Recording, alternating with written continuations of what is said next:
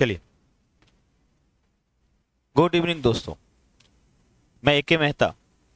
चलिए, आज सीरीज के दूसरे क्लास में आ गए हैं, यानी दूसरा क्लास आज का होगा सफलता सीरीज का। और इसका जो मुख्य उद्देश्य है कि मार्च में जो पेपर होने वाला है, इस पेपर को ध्यान में रखते हुए कि कैसे हम 1000 क्वेश्चंस को पूरा डिस्कशन के साथ चर्चा करें, नहीं, और पूरे क्वेश्चंस के साथ डिस्कशन के साथ हम पूरा इसका एनालिसिस आपके समक्ष रख पाएं।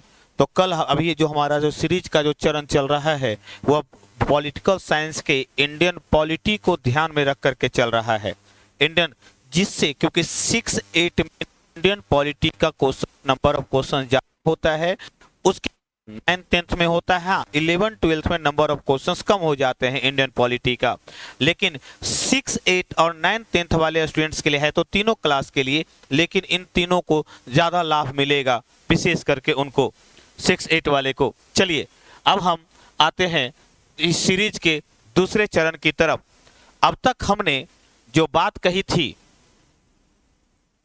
पहले कि 410 नंबर क्वेश्चंस तक हमारा मैंने पूरा कर लिया था, नहीं, 410 नंबर तक हो गया था। 411 नंबर क्वेश्चंस को अब हम देखते हैं। क्वेश्चंस ये कह रहा है, प्रश्न ये कहता है कि निम्नांकित में से कौन सा संस्था, निम्नांकित में से कौन सा एक क्षेत्रीय परिषद, ध्यान रखिएगा क्वेश्चन क्षेत्रीय परिषद से है। भारत में 6 क्षेत्रीय परिषद हैं, 6 क्षेत्रीय परिषद हैं, जिसका जो प्रधान जो होता है वह, जिसका जो अध्यक्ष होता है, इसका अध्यक्ष गृह मंत्री होता है, इसका अध्यक्ष गृह मंत्री होता है।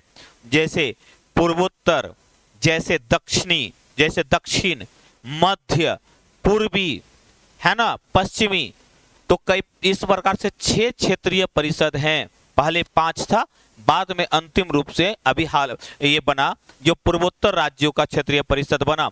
क्षेत्रीय परिषदों का जो मुख्य काम होता है, राज्य के बीच में समस्याओं को सुलझाने की दिशा में कार्य करना, उनके आंतरिक समस्याओं को सुलझाना।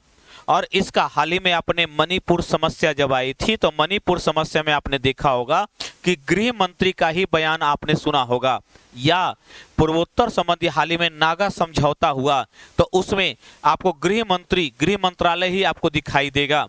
क्षेत्रीय परिषद जो होता है, भारत में 6 क्षेत्रीय परिषद है जिसके अध्यक्ष गृह मंत्री है। यह संवैधानिक संस्था नहीं है बंधु, क्लियर। 5 क्षेत्रीय परिषद, ध्यान रखिएगा, 5 क्षेत्रीय परिषद कह रहा है कि इसका कह रहा है कि लक्षण नहीं है, कह रहा है कि क्षेत्रीय परिषदों का लक्षण नहीं है। 5 क्षेत्रीय परिषदों की स्थापना राज्यों के पुनर्गठन आयोग 1956 के अंतर्गत की गई, सही है। क्षेत्रीय परिषदों का स्थापना जो 5 का हुआ वो राज्य पुनर्गठन आयोग जो फजल अली आयोग के नेतृत्व में बना था, फजल अली आयोग के नेतृत्व में, और उन्हीं के आधार पर, उन्हीं के सिफारिशों के आधार पर क्षेत्रीय परिषदों की स्थापना की गई थी। तो 5 का चंडीगढ़ राज्य नहीं है, फिर भी एक क्षेत्रीय परिषद में शामिल है। हाँ, चंडीगढ़ यूटी है लेकिन क्षेत्रीय परिषद में शामिल किया गया है। लेकिन कह रहा है कि यह एक, कह रहा है नहीं है, कौन सा लक्षण नहीं है, तो लक्षण, यह संवैधानिक संस्था नहीं है, गैर संवैधानिक संस्था है। यह संवैधानिक संस्था नहीं है बंधु, यह गैर संवैधानिक संस्था है, क्लियर। तो इसीलिए इसका आंसर क्या हो जाएगा, ए हो जाएगा, 411 का आंसर, क्लियर।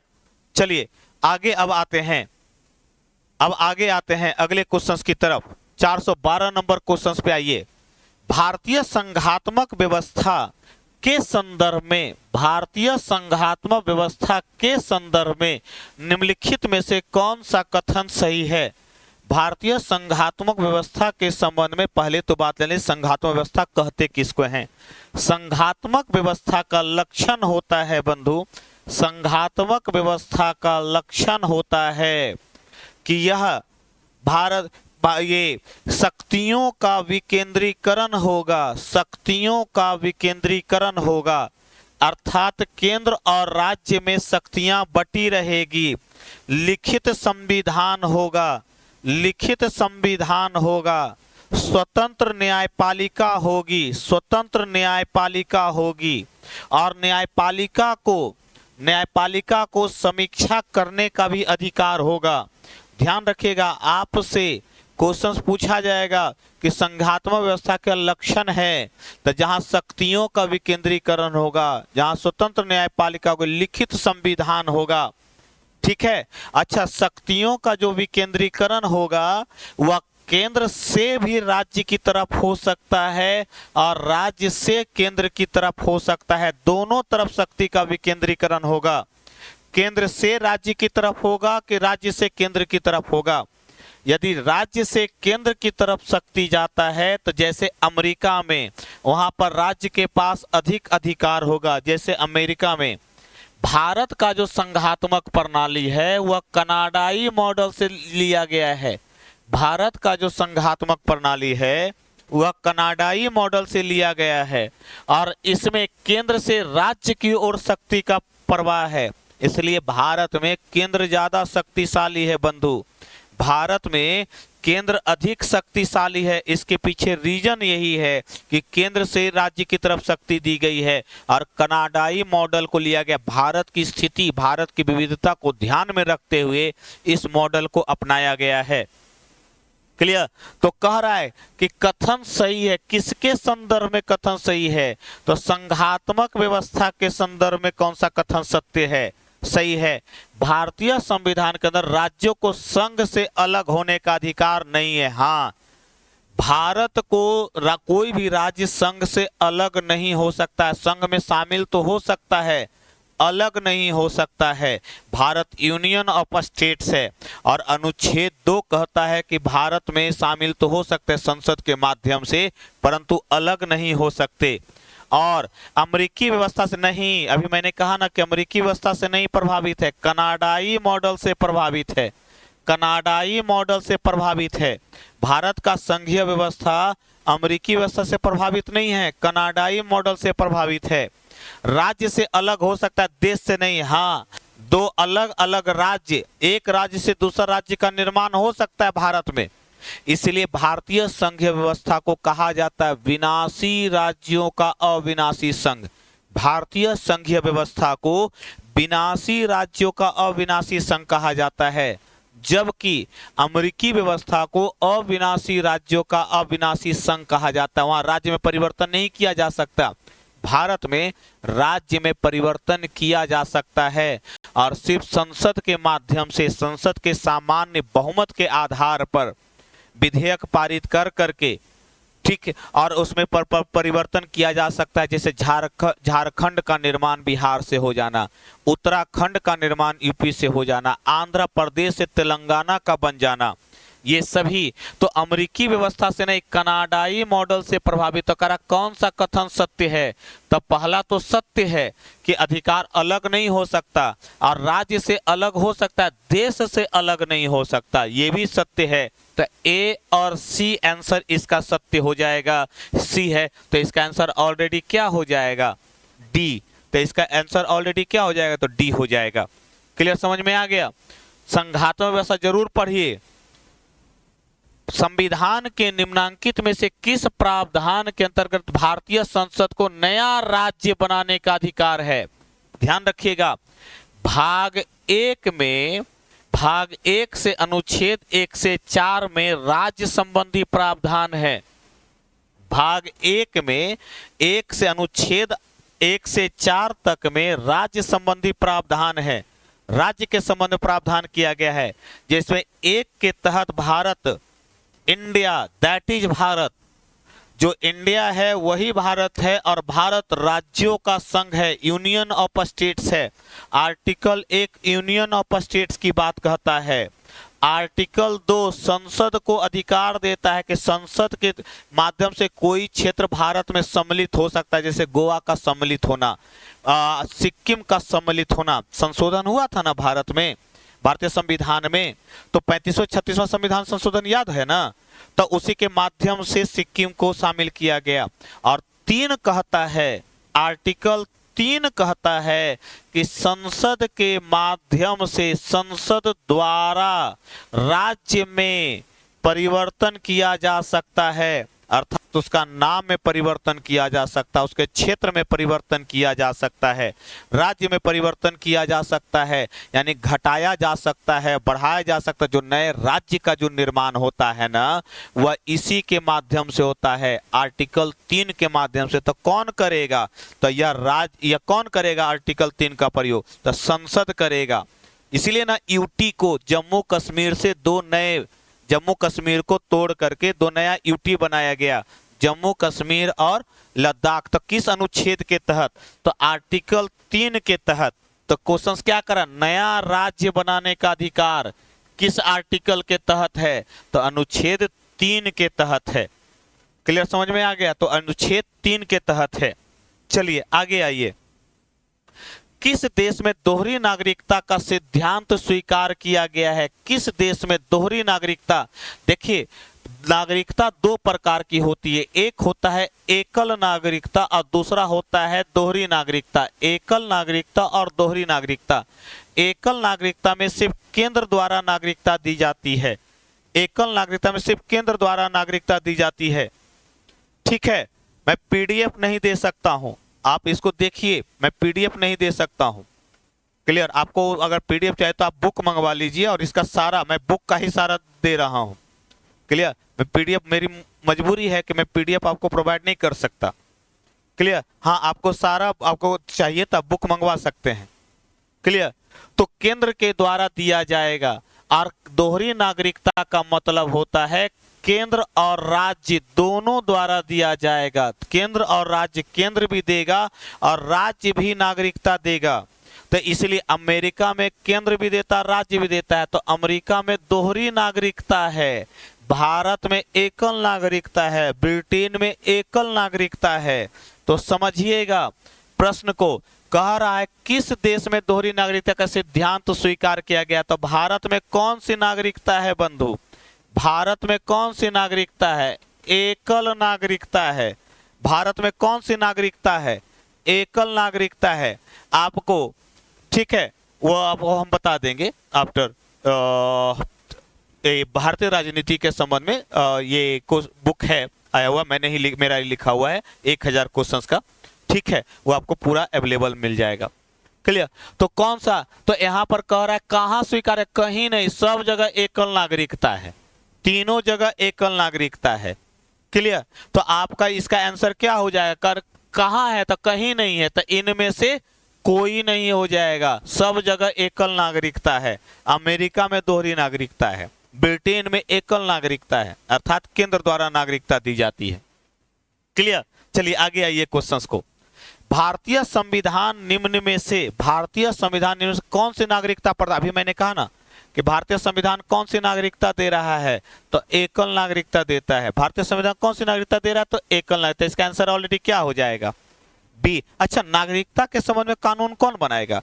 नागरिकता के संबंध में कानून कौन बनाएगा? तो कानून बनाएगा संसद। सिर्फ और सिर्फ संसद को अधिकार है कानून बनाने का। यही कारण है कि 2019 में संसद ने नागरिकता संबंधी कानून बनाए थे, जिसको आप सिटीजनशिप अमेंडमेंट एक्ट 2019 कहते हैं ना, सिटीजनशिप नागरिकता संशोधन अधिनियम। तो कौन बनाएगा?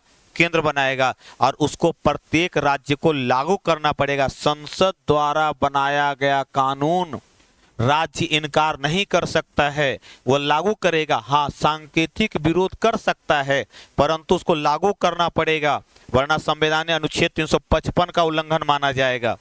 ठीक है, तो एकल नागरिकता प्रदान करता है। चलिए आगे आइए। भारत में जो नागरिकता दी गई है, निम्नलिखित विशेषताओं में से कौन सा सही है? भारत में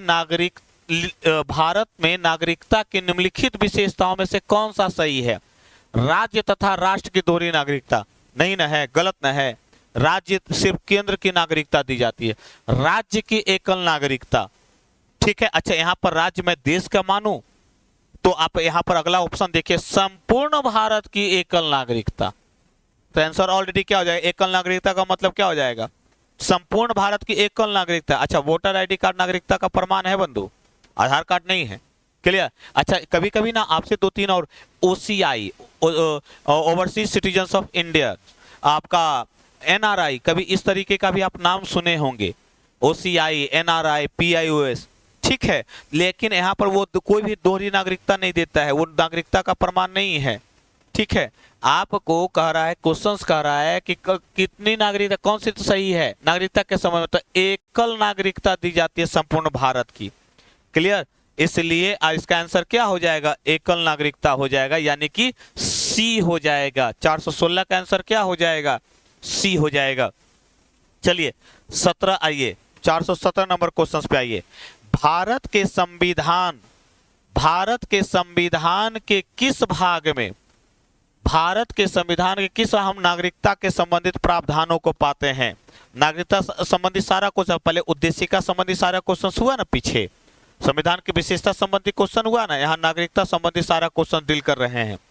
कौन से अनुच्छेद में है, तो मैंने कौन से भाग में था, भाग 2, ध्यान रखिएगा। भाग 1 राज्य संबंधी, भाग 2 नागरिकता संबंधी, भाग 3 मौलिक अधिकार संबंधी, फंडामेंटल राइट संबंधी, भाग 4 डीपीएसपी संबंधी, भाग 5 याद कर रखिएगा शासन, केंद्रीय शासन संबंधी, जिसमें कार्यपालिका भी आता है, विधायिका भी आता है, न्यायपालिका भी आता है। भाग 6 राज्य शासन, केंद्र कार्यपालिका भी, राज्य कार्यपालिका, राज्य विधायिका, राज्य न्यायपालिका, इस तरीके से याद रखिएगा।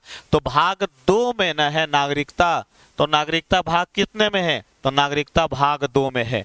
इसका भाग 1 में क्या हो जाएगा, तो भाग 1 में राज्य संबंधी प्रावधान हो जाएंगे। क्लियर, आगे आइए। नागरिकता अधिनियम 1955, नागरिकता अधिनियम 1955 के अंतर्गत भारतीय नागरिकता प्राप्त करने के लिए व्यक्ति को भारत में कितने वर्ष बिताने चाहिए, याद रखिएगा। 1955 अधिनियम के तहत और 2019 अधिनियम के तहत इसमें संशोधन किया गया, ध्यान रखिएगा।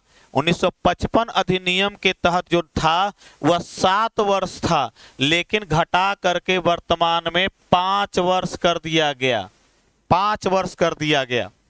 क्लियर, तो ध्यान रखिएगा, अगर कहेगा 2019 के अधिनियम के तहत तब 5 वर्ष हो जाएगा, ठीक है।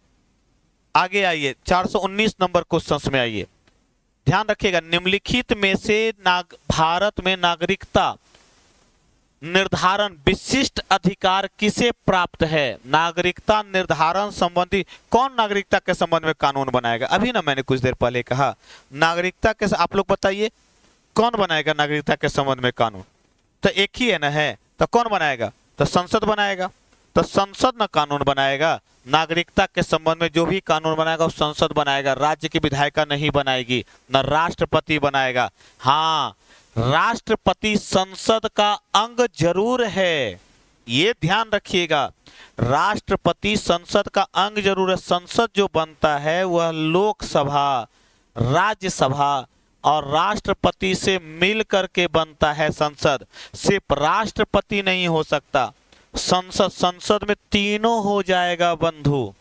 क्लियर, इसे कौन बनाएगा, तो वह संसद बनाएगा। तो आंसर इसका क्या हो जाएगा, सी हो जाएगा। किसको अधिकार प्राप्त है, तो संसद को अधिकार प्राप्त है। चलिए अब अगले 420 नंबर क्वेश्चन पे आते हैं। अब चलिए 420 नंबर क्वेश्चन पे आते हैं।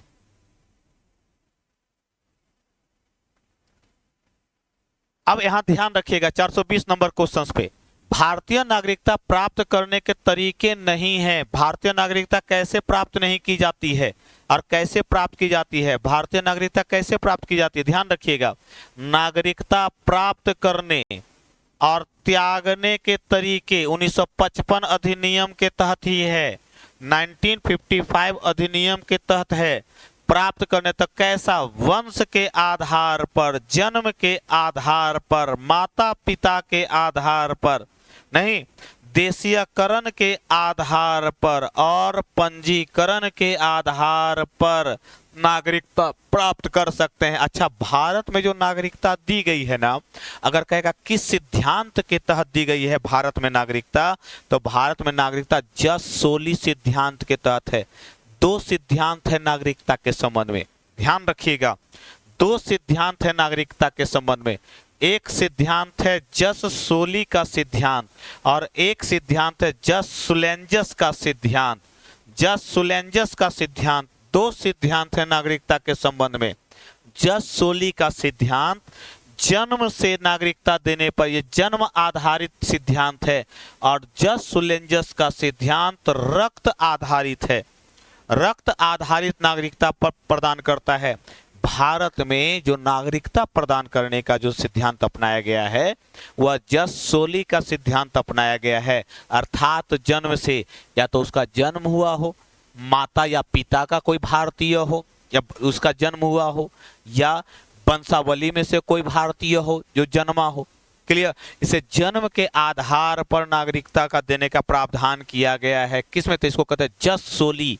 जस सुलेंजस का सिद्धांत रक्त के आधार पर है, किस वर्ण का है, किस रक्त का है। इसे भारत में इसे नस्लवादी व्यवस्था थी, इसे जस सोली का सिद्धांत, सुलेंजस का सिद्धांत अपनाया ही नहीं गया, जस सोली का सिद्धांत अपनाया गया है। इसीलिए तकारा तरीके नहीं हैं, तो वंश के आधार पर नागरिकता दी जाती है। क्लियर? देशीयकरण के आधार पर नागरिकता दी जाती है, अभी मैंने कहा पंजीकरण के भी आधार पर नागरिकता दी जाती है। कहता तरीके नहीं है, तो भैया तीनों तरीका है, तो इसलिए इसका आंसर ऑलरेडी क्या हो जाएगा? ई हो जाएगा। इसलिए इसका आंसर ऑलरेडी ई हो जाएगा। क्लियर? समझ में आ गया? चलिए आगे आते हैं। मौलिक अधिकार की विशेषता है। मौलिक अधिकार फंडामेंटल राइट्स भाग 4 में उल्लेखित है। फंडामेंटल राइट्स भाग 4 में उल्लेखित है। अच्छा, मौलिक अधिकार की विशेषता क्या? राज्य को अधिकार प्रदान करता नहीं, राज्य द्वारा अधिकार दिया जाता है। ध्यान रखिएगा, राज्य को अधिकार प्रदान नहीं करता, राज्य द्वारा अधिकार दिया जाता है। किसको? व्यक्ति को। याद रखिएगा, फंडामेंटल राइट्स, कोई भी अधिकार यदि बोलेगा, अधिकार राज्य द्वारा व्यक्ति को दिया जाता है। आमतौर पर या तो भारतीय नागरिक या अन्य, अगर अपने देश में तो भारतीय नागरिक बोलेंगे, नागरिकों को, तब व्यक्ति को दिया था। राज्य को अधिकार नहीं, राज्य को डीपीएसपी मिला हुआ है, इसको डीपीएसपी मिला हुआ है, न कि इसको फंडामेंटल राइट्स मिला हुआ, राज्य द्वारा दिया जाता है। क्लियर? व्यक्ति को अधिकार प्रदान करता सत्य है, व्यक्ति का विकास, और इसको लेकर के व्यक्ति अपना विकास करता है, इसको लेकर के व्यक्ति अपना विकास करता है। परंतु कह रहा विशेषता है, विकास करना विशेषता नहीं है, विकास करना व्यक्ति का अपना अधिकार है, वो अलग है। मौलिक अधिकार की विशेषता पूछ रहा है, तो विशेषता क्या हो जाएगा? तो व्यक्ति को प्रदान करता है। और कितना है?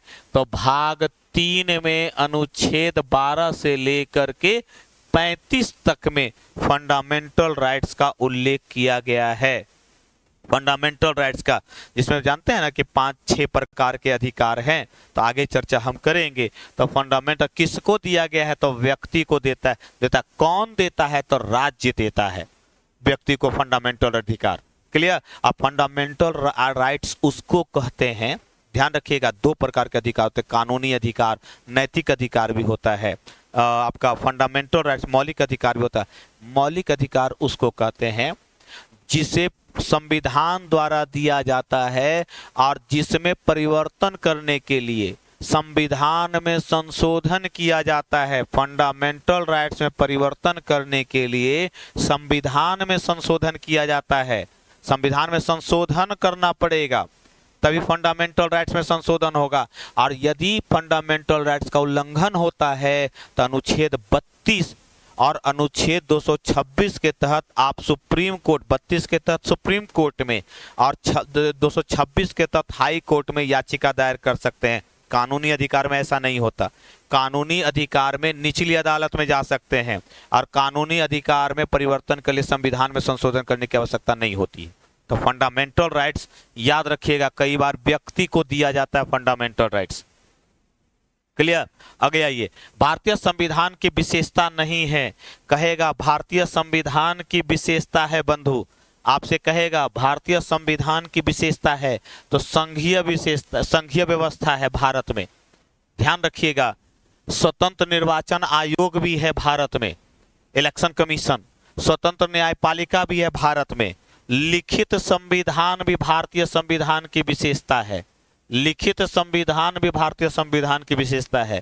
शक्तियों का पृथक्करण सिद्धांत, शक्तियों का पृथक्करण सिद्धांत भी संविधान की विशेषता है। फंडामेंटल राइट्स भी संविधान की विशेषता है, ध्यान रखिएगा, ठीक है। तो कई संविधान की विशेषता है। सार्वभौमिक वयस्क मताधिकार प्रणाली, सार्वभौमिक वयस्क मताधिकार प्रणाली भी संविधान की विशेषता है। यह दुनिया का सबसे बड़ा लिखित संविधान है। नहीं, जब मूल संविधान बना था तो 395 अनुच्छेद थे, क्लियर। तब वर्तमान में 470 से अधिक अनुच्छेद हो गए हैं। तो ये ध्यान रखिएगा। तो करा नहीं है तो तीनों है, तो कौन नहीं है, तो ई नहीं है। उपयुक्त में से ऑप्शन ई वाला नहीं होगा, इसलिए आंसर क्या हो जाएगा, ये हो जाएगा। अगर कहेगा अगर लिखित संविधान भी इसकी विशेषता है, सार्वभौमिक वयस्क मताधिकार प्रणाली भी इसकी विशेषता है, संसदीय प्रणाली भी, संसदीय लोकतांत्रिक प्रणाली भी इसकी विशेषता है, क्लियर। तो ये कई सारी विशेषताएं हैं संविधान की। चलिए आगे आइए अगले क्वेश्चन की तरफ। भारतीय संविधान में ध्यान रखिएगा, भारतीय संविधान में समानता का अधिकार 5 अनुच्छेद द्वारा प्रदान किया गया है। कौन कौन सा? भारतीय संविधान में समानता का अधिकार 5, अनुच्छेद 14, अनुच्छेद 15, अनुच्छेद 16, अनुच्छेद 17, अनुच्छेद 18, 5 है ना, 5 अनुच्छेद में दिया गया। तो 14 के तहत सामाजिक कानूनी समानता, 15 के तहत सामाजिक समानता और आर्थिक समानता, 16 के तहत आर्थिक समानता, 17 के तहत आर्थिक समानता दिया गया है कि नहीं दिया गया है? तो ध्यान रखिए। तो लैंगिक समानता 15 राज्य का अधिकार, राज्य का कर्तव्य है, राज्य है जो महिलाओं तथा बच्चों के विशेष सुविधा के लिए कार्य करेगा। और देखिए तो लैंगिक समानता स्थापित करने हेतु सरकार द्वारा इसको लागू करने के लिए प्रयत्न नहीं किए गए हैं। आर्थिक समानता, ईडब्ल्यूएस की अवधारणा के लिए देखिए तो आर्थिक आधार पर समानता स्थापित करने के लिए ध्यान रखिएगा लोक नियोजन का अधिकार नहीं दिया गया है। अवसरों की समानता, सामाजिक समानता, अनुच्छेद 17 के तहत सामाजिक समानता का अधिकार नहीं प्रदान, अस्पृश्यता का अंत होगा। और अनुच्छेद 15 के तहत 15(3), 15(4), 15(5) के तहत लैंगिक महिलाओं, बच्चों, SC, ST, पिछड़े वर्ग तथा तीनों पिछड़े वर्ग, SC, ST तथा पिछड़े वर्गों को मुख्य धारा में लाने के लिए आरक्षण की सुविधा दी जाएगी। और एक मूवी आई थी ना आर्टिकल 15, सामाजिक समानता पर ही तो था। तो तीनों प्रकार की समानता स्थापित करता है, इसलिए आंसर ऑलरेडी 1 से अधिक हो जाएगा, डी हो जाएगा। क्लियर हो रहा है? चलिए आगे आइए। निम्नलिखित में से किस एक अधिकार को भीमराव अंबेडकर साहब ने संविधान की आत्मा कहा है? किस एक अधिकार को? आप ध्यान रखिएगा क्या है जो प्रस्तावना को संविधान की आत्मा कहा जाता है। संविधान की आत्मा प्रस्तावना को कहा जाता है, लेकिन भीमराव अंबेडकर साहब ने नहीं कहा था। आर्टिकल 19 को फंडामेंटल राइट्स की आत्मा कहा जाता है। फंडामेंटल राइट्स की आत्मा आर्टिकल 19 को कहा जाता है। और ध्यान रखिएगा अंबेडकर साहब ने अनुच्छेद 32 को संविधान की आत्मा कहा, ये भी संविधान की आत्मा का, लेकिन कह रहा कि किन्होंने कहा था?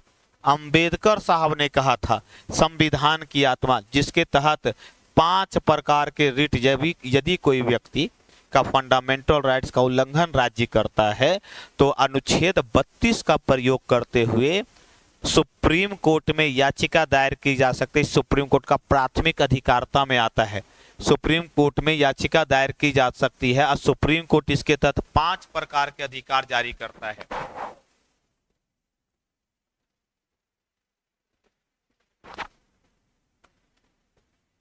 क्लियर?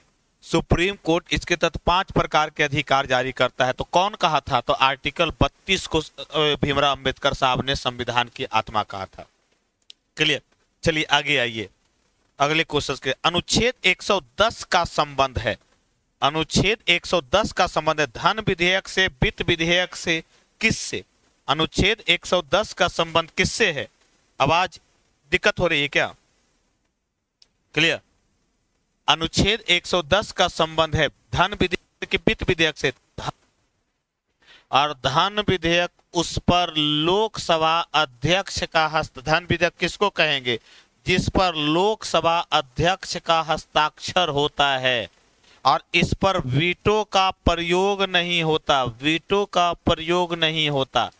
ठीक है, क्योंकि राष्ट्रपति के पुनरादेश, राष्ट्रपति के पूर्वादेश से धन विधेयक आता है, तब वीटो का प्रयोग नहीं होगा। और धन विधेयक वो होता है जिस पर लोकसभा अध्यक्ष का हस्ताक्षर होता है। तो अनुच्छेद 110 धन विधेयक की बात करता है। ध्यान रखिएगा, बजट उसको कहते हैं जो एक वित्तीय वर्ष के दौरान, एक वित्तीय वर्ष कुल आय और कुल व्यय का लेखा जोखा बजट कहलाता है। क्लियर। और 112 में इसका उल्लेख है। वित्त विधेयक, मैं कंफ्यूज हूं कि 113 या 117, एक बार देख लीजिएगा आप लोग, मुझे याद नहीं आ रहा है। 113 या 117 में वित्त विधेयक का उल्लेख है। क्लियर। अब देखिए अगला क्वेश्चन, 426 नंबर क्वेश्चन पे आइए। भारतीय संविधान से संबंधित कथन नहीं है, भारतीय संविधान से संबंधित कथन नहीं है, भारत राज्यों का समूह है। सत्य है या असत्य है? तो सत्य है। भाषाई आधार पर राज्यों का गठन का प्रावधान है, ये भी सत्य है। फजल अली कमेटी ने ही, राज्य पुनर्गठन आयोग के फजल अली कमेटी जो अध्यक्ष थे, उन्होंने ही भाषाई आधार पर राज्यों के गठन की बात कही थी। और संघीय न्यायपालिका की भी स्थापना लेकिन करा नहीं है। तो भैया तीनों सत्य है, तीनों सत्य है। तो कौन सा नहीं है ऑप्शन के अनुसार? तो उपयुक्त में से कोई नहीं, ये वाला नहीं है। क्लियर। अगर कहता कौन सा सही है तो इसका आंसर एक से अधिक हो जाता। अगर कहता कौन सा सही तो इसका आंसर ऑलरेडी एक से अधिक हो जाता। करा नहीं है तो करा तीनों सही है, इसलिए आंसर ऑलरेडी ए हो जाएगा, ई हो जाएगा। निम्नलिखित में से किसे मौलिक अधिकार की आत्मा, अभी मैंने कहा ना कि मौलिक अधिकार की आत्मा किसको कहा जाता है, अभी मैंने कहा ना मौलिक अधिकार की आत्मा किसको कहा जाता है। तो मौलिक अधिकार की आत्मा कहा जाता है आर्टिकल 19 को। संविधान की आत्मा किसको कहा जाता है? तो संविधान की आत्मा कहा जाता है आर्टिकल उद्देशिका को। और अगर कहे अंबेडकर साहब के अनुसार संविधान की आत्मा किसको कहा जाता है तो 32 को कहा जाता है। तो क्लियर हो गया। तो अनुच्छेद 19 हो जाएगा। मौलिक अधिकार की आत्मा किसको कहा जाएगा? अनुच्छेद 19 को। अगले आगे आइए। समाज समानता होने का तात्पर्य है, समाज में समानता होने का तात्पर्य है। कैसे माने कि समाज में, इसका मतलब क्या है? विशेषाधिकारों का अभाव, प्रतिस्पर्धा का अभाव, विचारधारा का। समानता होने का मतलब क्या होता है? समानता का मीनिंग क्या होता है? समानता का मतलब होता है विशेष, किसी को भी विशेषाधिकार नहीं होगा, सभी समान होंगे। तब विशेषाधिकारों का अभाव ही समानता का प्रमाण है। तो कहते हैं कि विशेषाधिकार का न होना ही समानता स्थापित, किसी को विशेषाधिकार नहीं मिलेगा। क्लियर। आप किसी भी जाति, किसी भी धर्म, किसी भी पद पर क्यों ना हो, उससे कोई मतलब नहीं है, किसी से संबंधित क्यों ना हो, कोई मतलब नहीं है। विशेषाधिकार का मतलब विशेषाधिकार नहीं मिलेगा। तो इसका मतलब है कि समानता का मतलब होने का है कि किसी को भी विशेषाधिकार नहीं मिलेगा, विशेषाधिकार का अभाव। इसलिए आंसर 428 का आंसर ऑलरेडी ए हो जाएगा। क्लियर। चलिए आगे आइए अगले क्वेश्चंस की तरफ।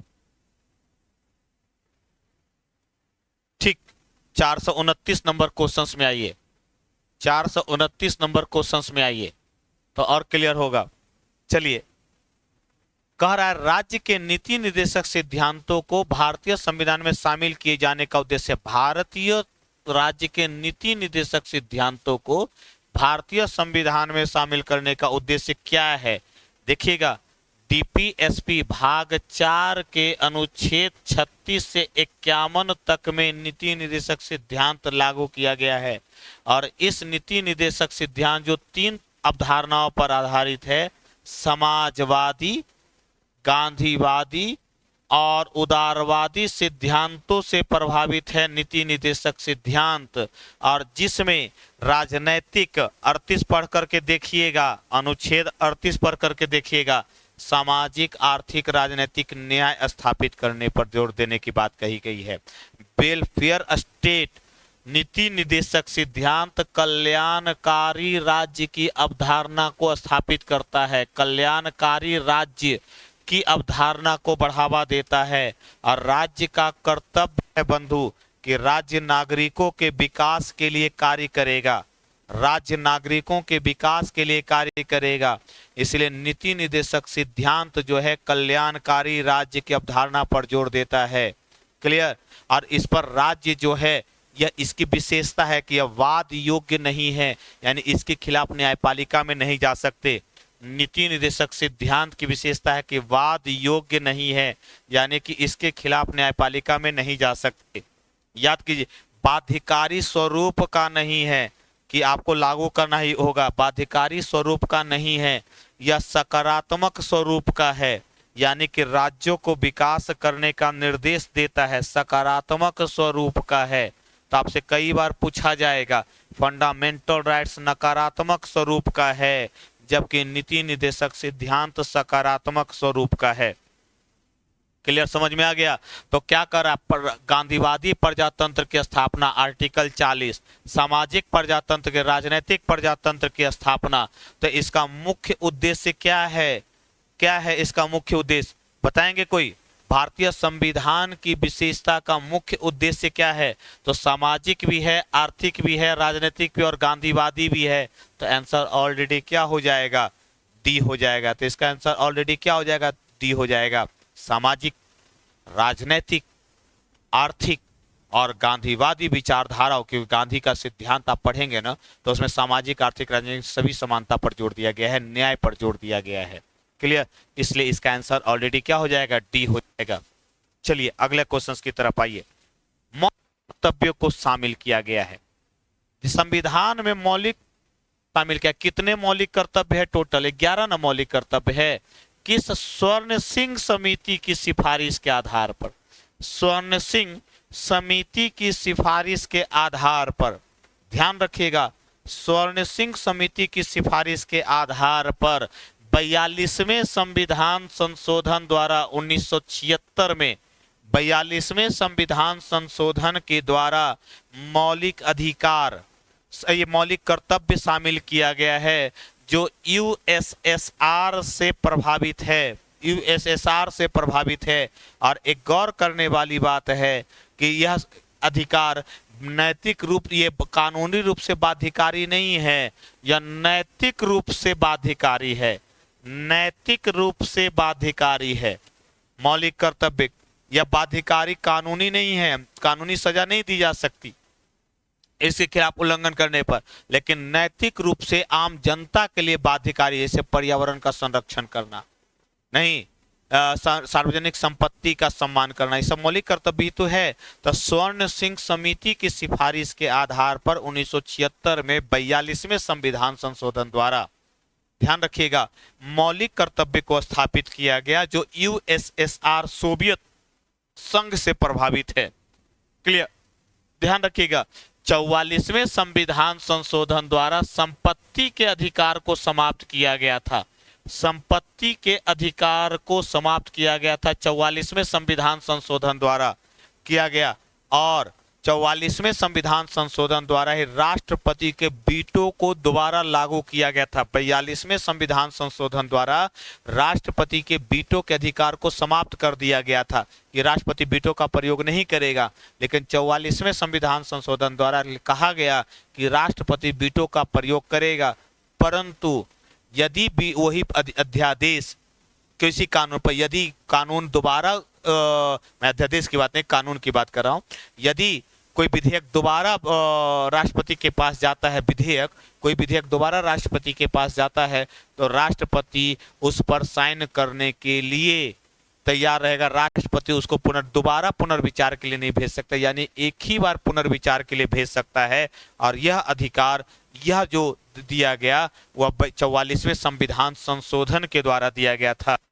क्लियर, चलिए आइए 431 नंबर में से निम्न में से कौन सा कथन सत्य है?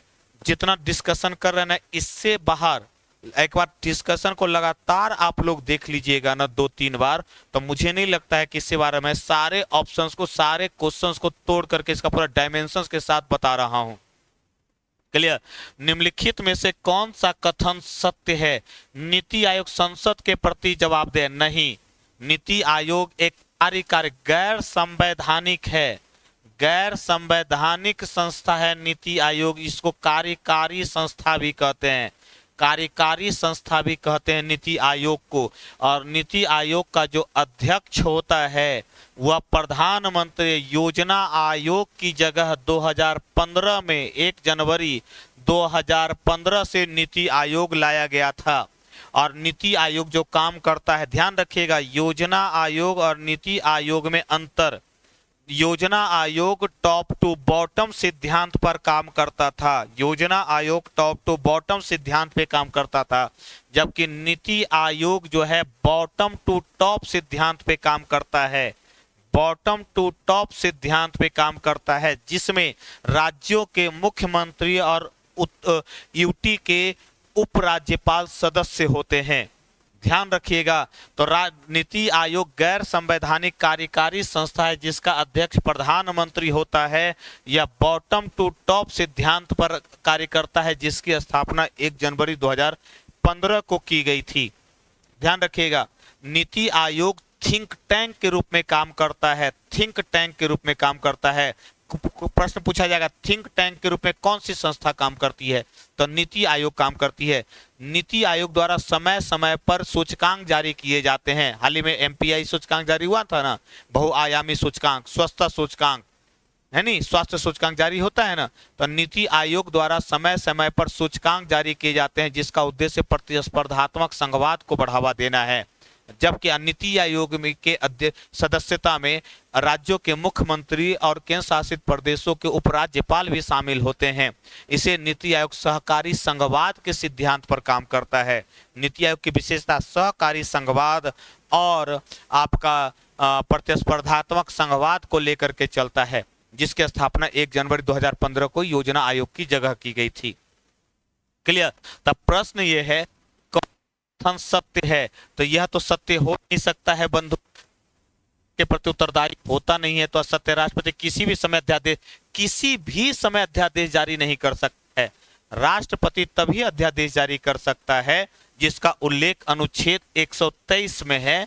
राष्ट्रपति तभी अध्यादेश जारी कर सकता है जब सदन सत्र में नहीं हो, किसी भी समय नहीं, जब सदन सत्र में नहीं हो और कानून लाना आवश्यक हो। तो जब सदन सत्र में नहीं होता है तब राष्ट्रपति अध्यादेश जारी करता है। क्लियर। कानून निर्माण के 2 प्रक्रिया होती है, कानून 2 प्रक्रिया से बनता है, एक सदन से राष्ट्रपति की ओर, एक सदन से राष्ट्रपति की ओर, एक राष्ट्रपति से सदन की ओर, राष्ट्रपति से सदन की ओर। जब राष्ट्रपति से सदन की ओर बनेगा ना, इसका उल्लेख अनुच्छेद 123 में है और जिसको अध्यादेश कहते, तो किसी भी समय नहीं लाया जाता। कार्यपालिका विधायिका के प्रति उत्तरदायी होता है। संसदीय प्रणाली में कल ही मैं चर्चा कर रहा था पिछले वीडियो में, कार्यपालिका विधायिका के प्रति उत्तरदायी होता है। अब देखिए मंत्री सब किसके प्रति उत्तरदायी है, लोकसभा के प्रति, और लोकसभा किसके प्रति उत्तरदायी, जनता के प्रति। कार्यपालिका विधायिका के प्रति उत्तरदायी, ये सत्य है और संसदीय प्रणाली की विशेषता भी है। तो यह असत्य हो जाएगा बंधु, ये भी असत्य हो जाएगा। और क्या सत्य हो जाएगा, तो कार्यपालिका विधायिका के प्रति उत्तरदायी है, इसलिए आंसर क्या हो जाएगा 431 का सी हो जाएगा। क्लियर, समझ में? चलिए आगे आइए। आनुपातिक प्रतिनिधित्व की व्यवस्था निर्वाचन प्रक्रिया में निर्वाचन क्रिया प्रणाली के रूप में सुनिश्चित करती है। आनुपातिक प्रतिनिधित्व की व्यवस्था। अच्छा, भारत में राष्ट्रपति का जो निर्वाचन होता है आनुपातिक एकल संक्रमणीय पद्धति के माध्यम से होता है। आनुपातिक एकल संक्रमणीय पद्धति के माध्यम से होता है, जिसमें ध्यान रखिएगा भारत में जो के शासन को सुनिश्चित करना, अल्पसंख्यकों के प्रतिनिधित्व को सुनिश्चित कर, सरकार की सत्ता को सुनिश्चित करना, क्या सुनिश्चित करता है, बहुमत के शासन को सुनिश्चित करता है, बहुमत के शासन को सुनिश्चित करता है। क्या क्या सुनिश्चित करता है, क्या के प्रतिनिधित्व को सुनिश्चित करता है, इस सरकार की सत्ता को सुनिश्चित करता है। तो इसका आंसर और को सुनिश्चित नहीं करता है बंधु, ये नहीं हो सकता। क्या करता था, बहुमत के शासन को सुनिश्चित करता है। इसके पास, जिसके पास बहुमत होता है ना, उसी का शासन हो जाएगा आनुपातिक प्रतिनिधित्व प्रणाली में। और देखिए तो राष्ट्रपति के निर्वाचन में गौर करके देखिए तो जिनके पास ज्यादा बहुमत होता है तो वही राष्ट्रपति खड़ा कर देता। द्रौपदी मुर्मू साहिबा का समर्थन कौन कर रहा है जी, तो हम कर रहे हैं, तो दल कहेगा हम कर रहे हैं, हम कर रहे हैं, तो उसके पति कितना पहले ही पता चल जाता है। नहीं तो अनुपातिक प्रतिनिधित्व की व्यवस्था निर्वाचन क्रिया प्रणाली क्रम सुनिश्चित किसको, तब बहुमत के शासन को सुनिश्चित करता है। चलिए आगे आइए, 433 नंबर क्वेश्चंस पे आइए, गौर कीजिएगा। 433 नंबर क्वेश्चंस पे गौर कीजिएगा। अब ध्यान रखिएगा, निम्नलिखित में से विचार करना है और ऑप्शन ढूंढना है बंधु, ऑप्शन ढूंढना है, निम्नलिखित में से ऑप्शन ढूंढना है। संविधान के भाग 2 में नागरिकता संबंधी प्रावधान दिया गया, सत्य है। भाग 1 में राज्य संबंधी, भाग 2 में नागरिकता संबंधी। संसद में सर्वप्रथम 1955 में नागरिकता संबंधी अधिनियम बनाया गया। भारतीय नागरिकता एक प्रकार से प्राप्त किया जा सकता है, भारतीय नागरिकता एक प्रकार से प्राप्त किया जा सकता है। भारत में लगातार 5 वर्ष तक बाहर रहने पर सरकार द्वारा नागरिकता समाप्त की जा सकती है। क्या हो जाएगा इसका आंसर, क्या हो जाएगा? तो ध्यान रखिएगा, क्या हो जाएगा? ऑप्शन 1 और 2 या ऑप्शन 2 और 4, केवल 4, केवल 3 और 4। अब ध्यान रखिएगा, कह रहा है कि विचार कीजिए, कह रहा है तो भारत के संविधान भाग 2 में नागरिकता संबंधी प्रावधान दिया गया, सत्य है। तो एक तो सत्य हो गया बंधु। संसद में सर्वप्रथम 1955 में नागरिकता संबंधी अधिनियम बनाया गया, 1955 नागरिकता संबंधी अधिनियम कहते हैं। क्लियर? तीसरा हो गया, भारत में लगातार नागरिकता एक प्रकार से नहीं, एक प्रकार से नहीं, कई प्रकार से नागरिकता प्राप्त की जा सकती है, जन्म के आधार पर, वंश के आधार पर नहीं, जन्म के आधार पर। किस पर? तक कह रहा है कि दिया हुआ है, चारों पढ़ लीजिए और चारों पढ़ने के बाद कहिए देखिए कौन सा कथन गलत है, सही कौन सा। ये तो सत्य हो गया, सही है, और सत्य हो गया कि यही समय बोलते नहीं नागरिकता संशोधन अधिनियम 1955। क्लियर? तो कौन सा कथन सत्य? एक प्रकार से नहीं, कई प्रकार से प्राप्त किया जा सकता है। और लगातार भारत में लगातार 5 भारत से लगातार वर्ष तक बाहर रहने पर सरकार द्वारा नागरिकता समाप्त की जा सकती है, नहीं। क्लियर? तो आंसर क्या हो जाएगा? 3 और 4 हो जाएगा। तो ये दोनों असत्य है बंधु, ठीक है, और वह ऊपर दोनों 1 और 2 सत्य है। तो कह रहा है कौन सा कथन गलत है, गलत कथन चुनना है, तो डी है इसका आंसर। क्लियर? अब आइए अगले क्वेश्चंस की तरफ आइए, अगले क्वेश्चंस की तरफ आइए। 434 नंबर क्वेश्चंस देखिए। निम्नलिखित कथन पर विचार कीजिए, विधि के शासन का वर्णन भारतीय संविधान के अनुच्छेद 14 में है, सही है। कथन पर विचार करने के लिए बोल रहा है और कह रहा है, बता रहा है कि बताइए कि निम्नलिखित में से कौन सा कथन है जो आप पर, कौन सा कथन है जो सही है। सही कथन, विधि के शासन का उल्लेख कहाँ है? अनुच्छेद 14 में। और कहता ना विधि के समक्ष सब समान होगा, क्षैतिज व्यवस्था, और विधि सब पर समान रूप से लागू होगी। विधि के समक्ष सब बराबर होगा, विधि सब पर समान रूप से लागू होगी। तब विधि के शासन की बात करता है। और विधि द्वारा स्थापित प्रक्रिया कहाँ से लिया गया है? तो संविधान कहाँ से लिया गया? विधि द्वारा स्थापित प्रक्रिया कहाँ से लिया गया है? तो ब्रिटेन से न लिया गया है, कहाँ से लिया गया है? तो 1 और 2 देखो तो आंसर क्या हो जाएगा? 1 और 2, विधि के समक्ष सब समान होगा और विधि सब पर समान रूप से लागू होगा। क्लियर हो गया? आंसर क्लियर हो जाएगा, ठीक है। क्या देखो तो क्या है? विधि द्वारा स्थापित प्रक्रिया कहाँ से लिया गया है? विधि द्वारा विधि के समक्ष सब समान होगा। 1 मिनट, विधि के समक्ष, विधि संबंधी प्रक्रिया विधि के समक्ष सब समान होगा, के समक्ष सब समान होगा। यह ब्रिटेन से लिया गया है, यह ब्रिटेन से लिया गया है, ध्यान रखिएगा। विधि के समक्ष सब समान होगा ब्रिटेन से। अब विधि सब पर समान रूप से लागू होगा, विधि सब पर समान रूप से लागू होगा, सब पर समान रूप से लागू होगा। यह अमेरिका से लिया गया है ना? तब विधि सब पर समान रूप से लागू होगा, अमेरिका से लिया गया। तब विधि द्वारा स्थापित प्रक्रिया कहां से लिया गया है? तब अमेरिका से लिया गया है, ब्रिटेन से नहीं। तो इसका आंसर ऑलरेडी क्या हो जाएगा? सिर्फ 1 हो जाएगा। ये वाला सत्य है, ये बी वाला सत्य नहीं है, 2 असत्य है बंधु। तो एक बार चेक कर लीजिएगा इसको। चलिए 434 435 नंबर क्वेश्चंस पे अब आते हैं। 435 नंबर देखते हैं। अब 435 नंबर क्वेश्चंस कह रहा है, मिलान करने वाला क्वेश्चंस है। 435 नंबर, सूची 1 को सूची 2 से सुमेलित कीजिए तथा सूचियों के नीचे दिए गए कूट में सही उत्तर चुनिए। आराम से देखिएगा। देखिए तो 9वां संविधान, हम नीचे से चलते हैं, या अष्टमा, तो 8वां संविधान, 8वां अनुसूची किससे संबंधित है? भाषा से।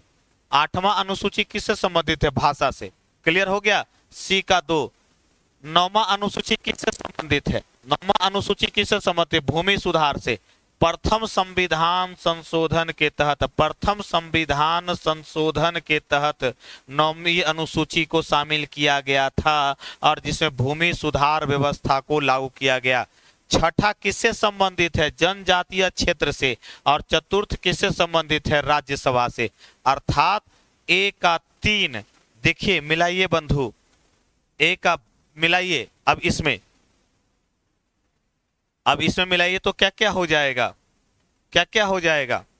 ए का 3, गौर कीजिएगा, मिलाइए यहां पर, आंसर अब मिल जाएगा। चतुर्थ का ए का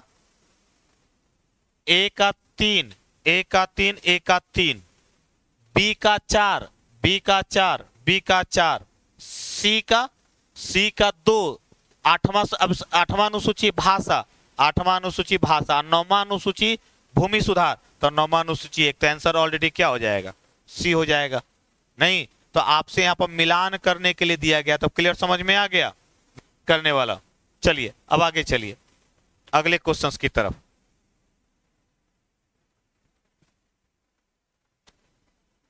इसको देखिए, क्वेश्चन नंबर 436 को देखिए और देखिए, संविधान मौलिक अधिकार को लागू करने की शक्ति किसे प्रदान की है?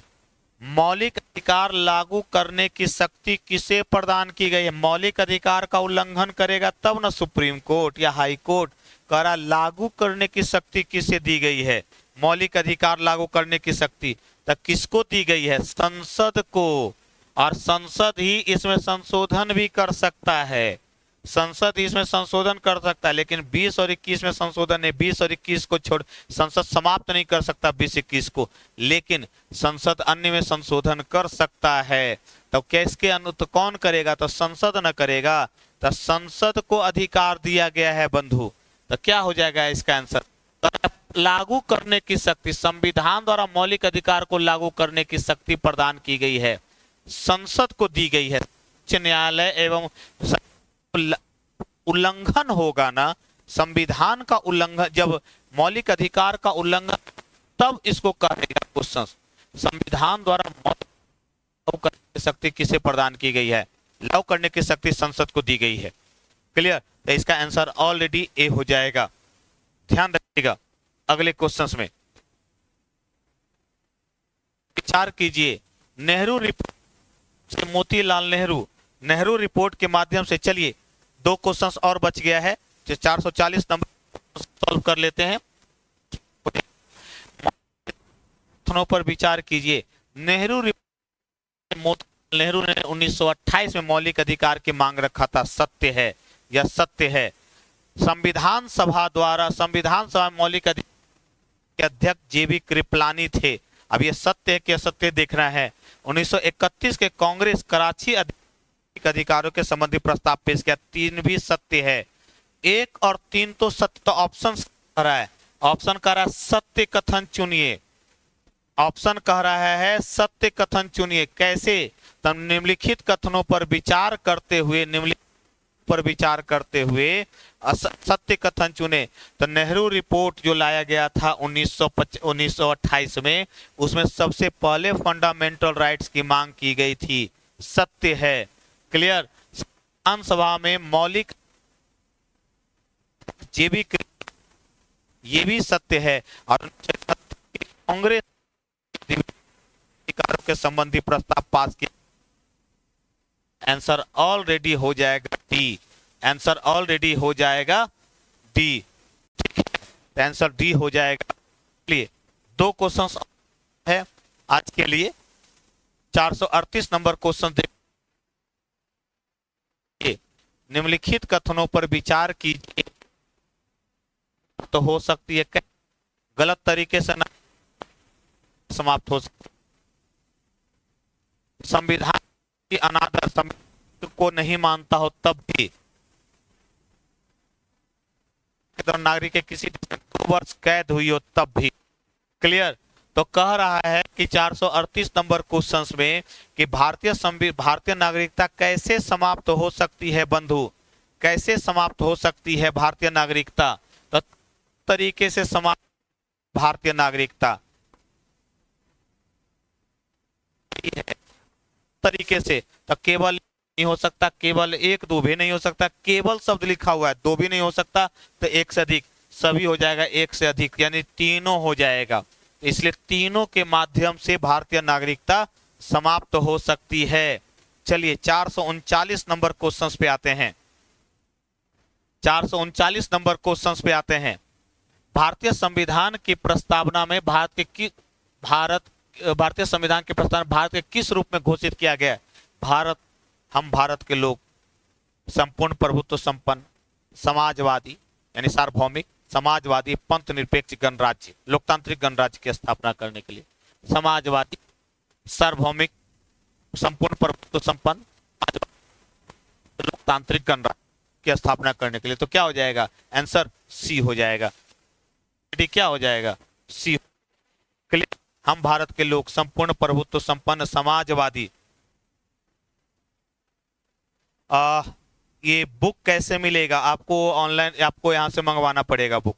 ये एक्चुअली मैंने 1000 क्वेश्चंस का सिलेक्शन किया है, ठीक है। आपको यहां से बुक मंगवाना पड़ेगा, आपके पास अवेलेबल हो जाएगा 1000 क्वेश्चंस का, जिसमें पॉलिटिकल साइंस है, पॉलिटिकल साइंस का है। तो इस पॉलिटिकल साइंस में अभी मैं बात कर रहा हूं राजनीति, इंडियन पॉलिटी की, ठीक है। जैसे ही इंडियन पॉलिटी समाप्त हो जाएगा फिर मैं बात करूंगा विचार की, पॉलिटिकल साइंस का। पॉलिटिकल साइंस में मैंने कहा ना, political science, Indian polity as a part of political science. तो पॉलिटिकल साइंस अभी मैं गया नहीं हूं, अभी पॉलिटिकल साइंस के एक भाग मैं बात कर रहा हूं भारतीय राजनीति की, ठीक है। आप वहां पर अवेलेबल नहीं होगा अभी, ये बुक पूरी तरह से ऑनलाइन पर है फ्लिपकार्ट पर, लेकिन फ्लिपकार्ट से दिक्कत हो रही है जाने में, ठीक है। तो आपको यह बुक यहाँ से मंगवाना पड़ जाएगा। तो आप एड्रेस भेजेंगे तो आपको ये बुक अवेलेबल हो जाएगा, ठीक है। 1000 क्वेश्चन का सिलेक्शन है इसमें, मैं यहाँ डिस्कशन करा दे रहा हूँ। सारा क्वेश्चन 1000 का है विद आंसर के साथ, लेकिन अगर डिस्कशन देख लेंगे तो आपको और क्लियरिटी आ जाएगी, मटेरियल आपके पास मिल जाएगा, ठीक है। 100 रुपया लगेगा, जो ज्यादा चार्ज हम नहीं रखा गया है, 100 रुपया बुक का दाम है, ज्यादा चार्ज नहीं है, क्लियर। तो कोई भी मंगा सकता है 100 रुपया में, ठीक है। आप बुक कॉल करने के लिए, आप बुक के लिए आप कॉल कीजिएगा और नंबर दिया हुआ है। इस नंबर क्वेश्चन पे बंधु 440 नंबर क्वेश्चन पे आइए। क्वेश्चन का लेवल आपको समझ में आ गया होगा, क्वेश्चन से डी और ई के साथ लेकर के चलिएगा, ध्यान रखिएगा। लागू किया जा सकता, लागू नहीं किया जा सकता है क्योंकि विधिक प्रभाव रखता ही नहीं है, यह विधिक प्रभाव रखता ही नहीं है। इस संविधान, यह जो न्यायपालिका अपनी जब ये मूल संरचना के सिद्धांत केशवानंद भारती मामले में कहा कि संविधान का अंग है, यह विधिक प्रभाव नहीं रखता है लेकिन संविधान का अंग है। मैंने चर्चा की थी पिछले क्वेश्चंस में, कल वाली वीडियो में देखिएगा। तो यह विधिक प्रभाव नहीं रखता है लेकिन संविधान का अंग है, तो इसे लागू कर सकता है, विधिक प्रभाव रखता है। क्या विधिक लागू नहीं किया जा सकता, लेकिन उद्देश्य कहता है कि इसी के आधार पर कानून का निर्माण होगा। तब विधिक प्रभाव नहीं रखता है तो लागू नहीं किया जा सकता। क्लियर? समझ में आ गया? अब तो क्लियर, अब आवाज तो क्लियर आ रही है? अच्छा, सॉरी, एक मिनट।